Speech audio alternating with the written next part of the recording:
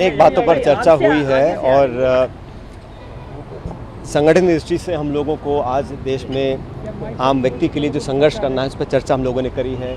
जिस प्रकार की दमनकारी नीति भाजपा सरकार अपनाई हुई है अपने राज्यों में और केंद्र के अंदर हम सबके सामने है, उसके लिए आम जन की आवाज़ बनने के लिए कैसे पार्टी को और मजबूती से काम करना है उस पर चर्चा हुई है। और संगठन के चुनाव भी आप जानते हैं चल ही रहे हैं, उस प्रक्रिया पर चर्चा हुई है। और आने वाले समय में जो राजस्थान की पॉलिटिकल सिचुएशन है उसके बारे में मैंने फीडबैक दिया, उस पर चर्चा की है।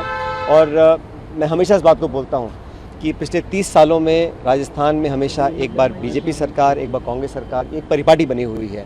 लेकिन जो एआईसीसी ने कमेटी बनाई थी लगभग 2 साल पहले, उसके माध्यम से राजस्थान के अंदर संगठन सरकार में कुछ कदम हम लोगों ने सही दिशा में उठाए हैं।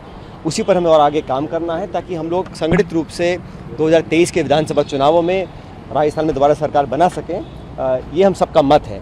इसी सिलसिले को लेकर हमने चर्चा करी है। इससे पहले मैं कांग्रेस प्रेसिडेंट से पहले भी मिला था, आज दोबारा मुलाकात हुई है, अच्छी मुलाकात हुई है। मैं समझता हूँ कि आने वाले समय में हम लोग और मजबूती से आगे बढ़ेंगे। उस चर्चा में सब कुछ शामिल है, क्या करना है नहीं करना उसका अंतिम निर्णय कांग्रेस प्रेसिडेंट को लेना है। लेकिन हम सब जो लोग धरातल पर काम कर रहे हैं, हमारी जिम्मेदारी बनती है कि हम पूरा फीडबैक दें और जो जनता के हित में है, जो पार्टी के हित में है, उस दिशा में हम लोग और काम कर सकें। इस पर आज डिस्कशन इस सिलसिले के ऊपर कांग्रेस प्रेसिडेंट ने एक आधिकारिक कमेटी बनाई हुई है, वो चर्चा कर रही है। और जैसा वो खुद ही एआईसीसी के स्पोक्सपर्सन कह चुके हैं कि वो अपने आप उस पर एक बयान देंगे।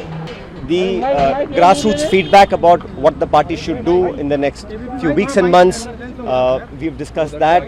I've given my feedback on Rajasthan. I believe in Rajasthan is a state where every 5 years there's a government change, and I think if we do the right things, which we have started to do as a committee from the AICC was formed 2 years ago, on which some steps have been taken in the right direction.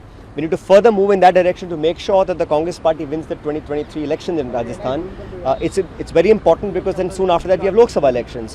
While every state is important, Rajasthan is an important large state where we've all worked hard to form a government, and Congress president I think is very keen that we work unitedly to form a government.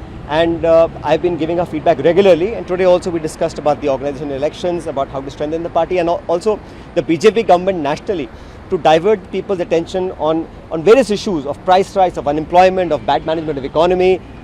They have been doing all these tactics, this sort of bulldozer politics I like to call it. It's something that's unbecoming of an elected government. They're trying to put the constitution on the side and trying to prove a point, a political point, which is very sad.